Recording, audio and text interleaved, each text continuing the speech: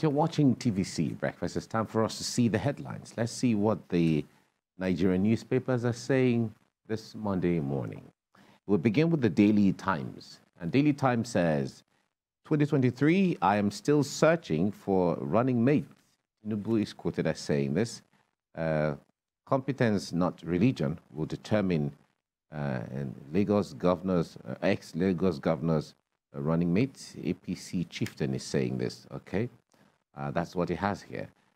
From there, let's go to the Standard Times. 2023 presidency, I am still searching for my running mate, says Tinubu. He made this statement over the weekend at a book launch, and where he, was commending the Speaker of the House of Representatives over the book he wrote, Mr. Speaker.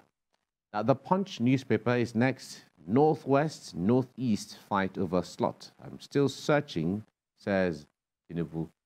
That's what the Punch newspaper has in there. APC will consider zones that will produce highest votes.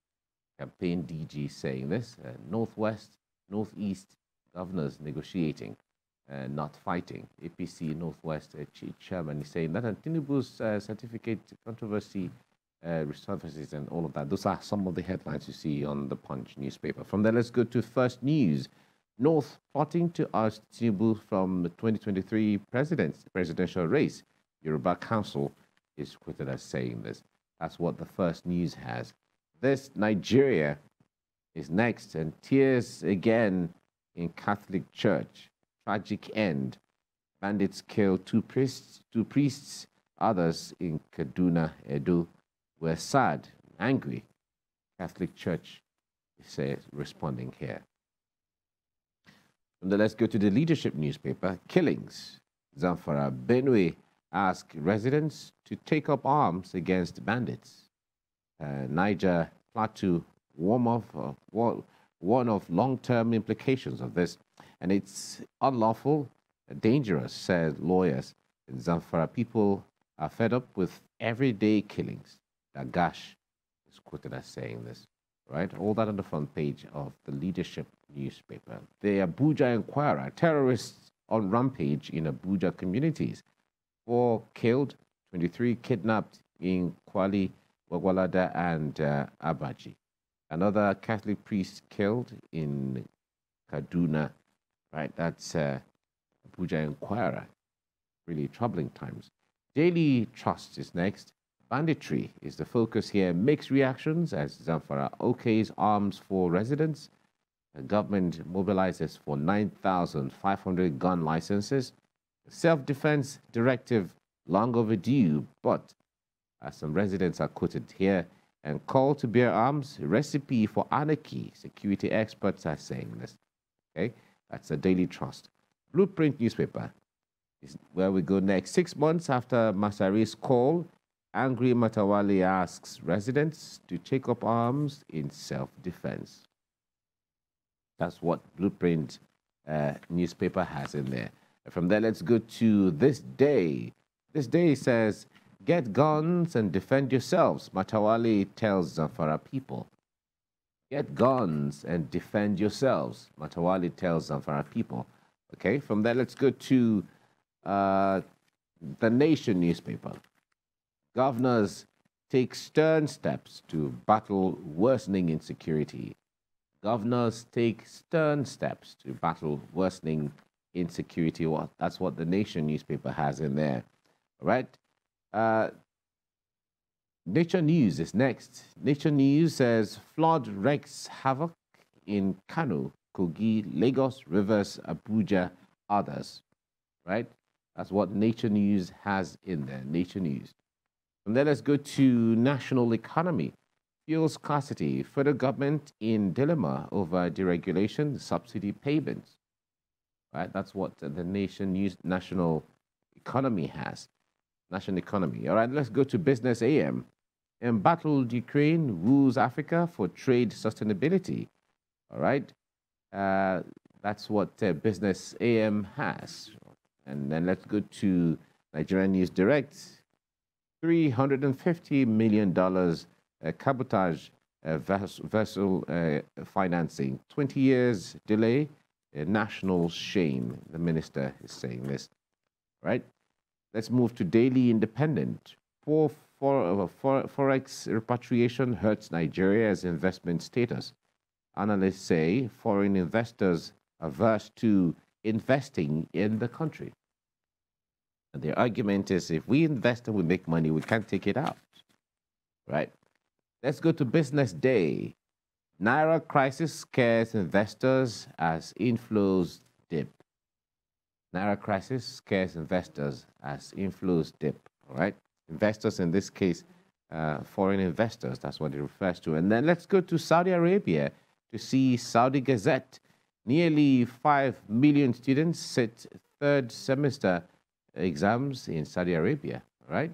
Nearly 5 million students sit with third semester exams in Saudi Arabia. That's talking education there in that country. The standards from the report we got, the standards have been rising and rising because Saudi Arabia is doing everything to ensure that they have some of the world, the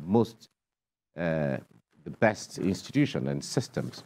All right, the stories on the headlines this morning that we mentioned earlier, the issue of states. I like the way the Nation newspaper puts it. He said the states are taking stern steps to curb insecurity. Governors take stern steps to battle worsening insecurity. And we see Zamfara, Benue, some other states coming up with whatever they can come up with. Some other states are even, setting up some kind of outfits. You won't forget the Amotekun that we had, in the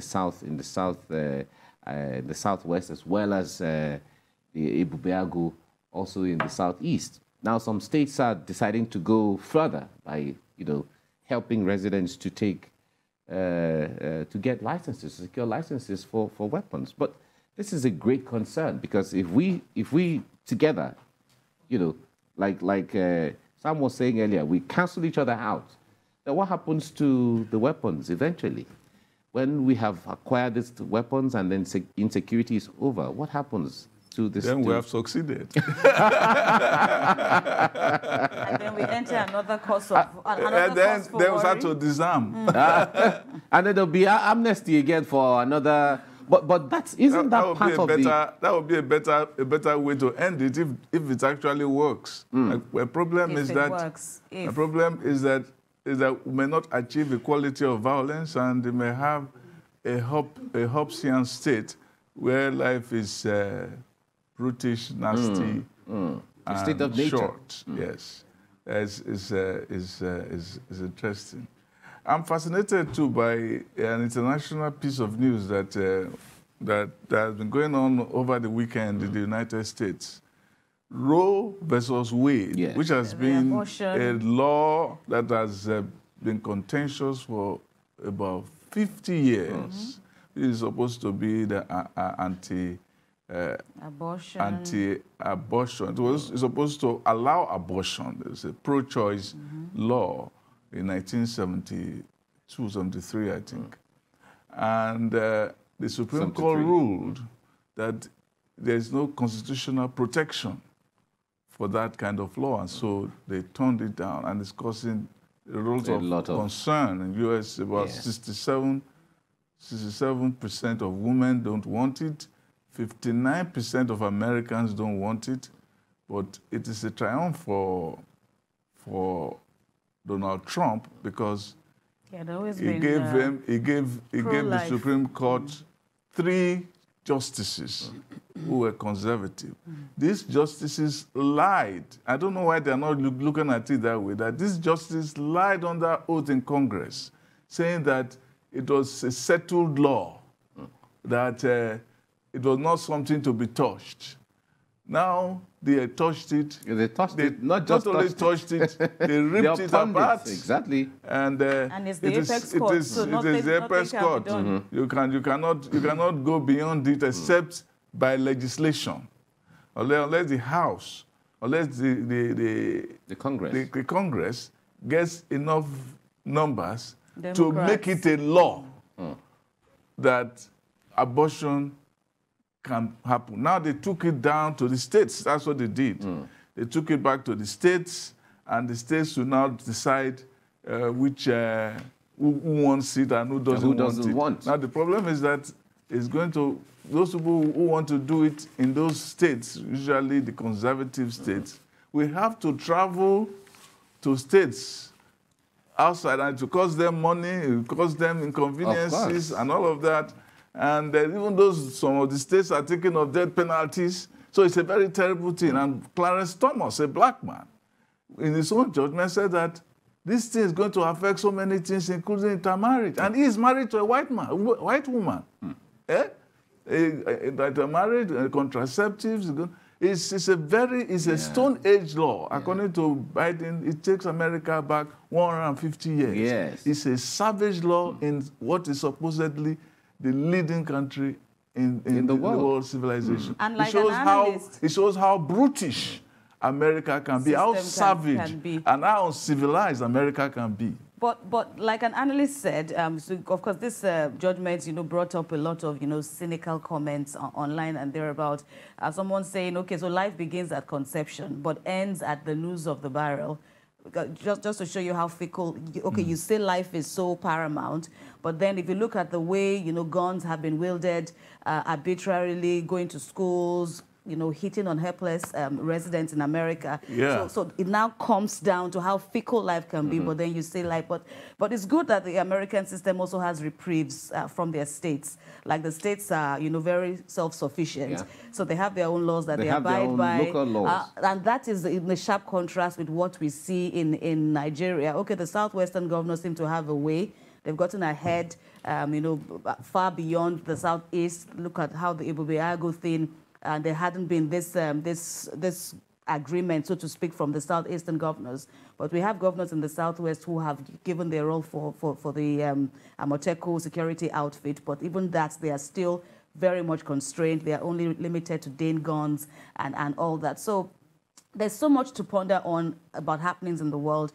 But, the Nigerian system is also giving one a cause for worry. Yes, there is indeed the concern that if people are allowed to carry arms, it could be a recipe for anarchy. But I would like to think that if these arms are gotten legally, and then who is using it is trained, as you also noted, we might indeed get somewhere. Because let's face it, the current security outfits we have cannot handle the current trend of security challenges we are seeing in the country at this time. All right. Now, for the arms issue, because from antecedents, there has to be a strategy as to, okay, let us give licenses to people, train them to use them, if at all, at the end of the day, it scales through.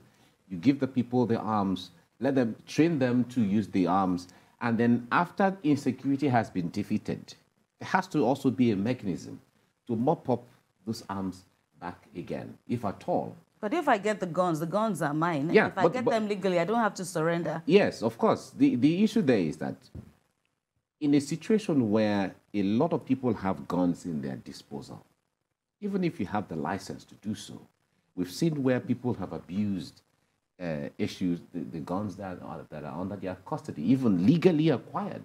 So that's the situation. When you have a large number of people having guns from that kind of a situation, of course, you may have to want to look at it. But we have people who have guns in Kaduna, who have guns in Kano, who have decided to do so because of sometimes they face very vicious rabble who go on a killing spree. Indeed. And they have not been seen to abuse those guns. They keep those guns there, and if the rabble wants to come, I cock my gun out of my window and I kill the hell out of you. Yes, but the whole idea that that you don't have the monopoly of violence.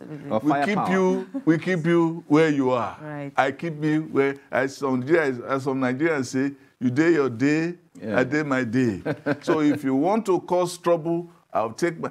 For instance, I don't see myself living in Zamfara. I'm not learning how to shoot a very good one. I'll go and learn it. I can learn it overnight. It's survivor. I will learn it, and I will shoot and shoot and shoot until I perfect it. All you right. know, that is the way it is. It's a state of nature. We just hope you don't shoot anybody. In natural instincts, anyone good. No. All right. No, if they knock on my door and I see them wounded, I take my gun out. Even if I have a grenade, I first of all toss it out to them and eliminate them. All right. We hope for the best anyway. Yes.